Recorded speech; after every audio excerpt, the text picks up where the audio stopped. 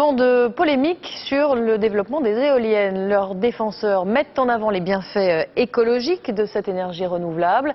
Les pourfendeurs estiment qu'elle défigure le paysage et surtout que leur installation se fait dans l'opacité la plus totale. Reportage dans le Pas-de-Calais, Gilles Marinet, Marie Cros.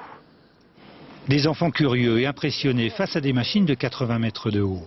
Ils visitent le plus grand parc éolien de France. Ici, dans le Pas-de-Calais, 25 communes se sont associées pour autoriser l'implantation de 70 éoliennes. Une manne financière inespérée dans cette zone rurale. Actuellement, les ressources de la communauté de communes, c'est environ 700 000 euros. Demain, quand toutes les éoliennes seront installées, on va multiplier par 4.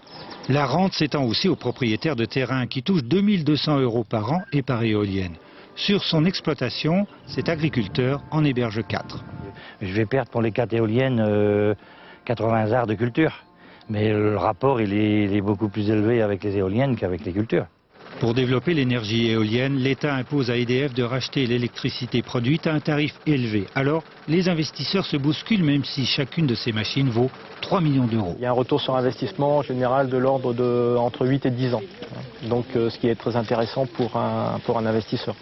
Bonne affaire selon les uns, destruction du paysage selon les autres. Des riverains ne supportent pas ce bouleversement. C'est le gros problème. Vous savez, quand on veut mettre 70 éoliennes sur un petit terrain, automatiquement, vous avez des villages qui sont complètement cernés. Quelques experts contestent même l'efficacité de l'éolien qui ne devrait produire au mieux que 8% de l'électricité dans le futur. L'argent investi pour lui pourrait être placé dans les économies d'énergie. L'éolien arrive très loin, derrière des tas d'autres mesures, comme par exemple former les artisans du bâtiment, comme par exemple éventuellement subventionner les prêts pour que les gens fassent rénover leur logement.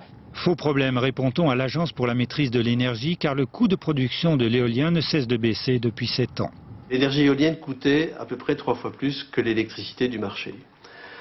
Aujourd'hui, on n'est plus qu'à environ 20% plus cher que l'électricité du marché. Vous voyez que l'écart se réduit. Le tarif avantageux concédé par EDF sera d'ailleurs réexaminé dans une dizaine d'années. C'est le temps accordé à l'éolien pour se faire une petite place aux côtés de l'énergie nucléaire. À Flushing Meadows.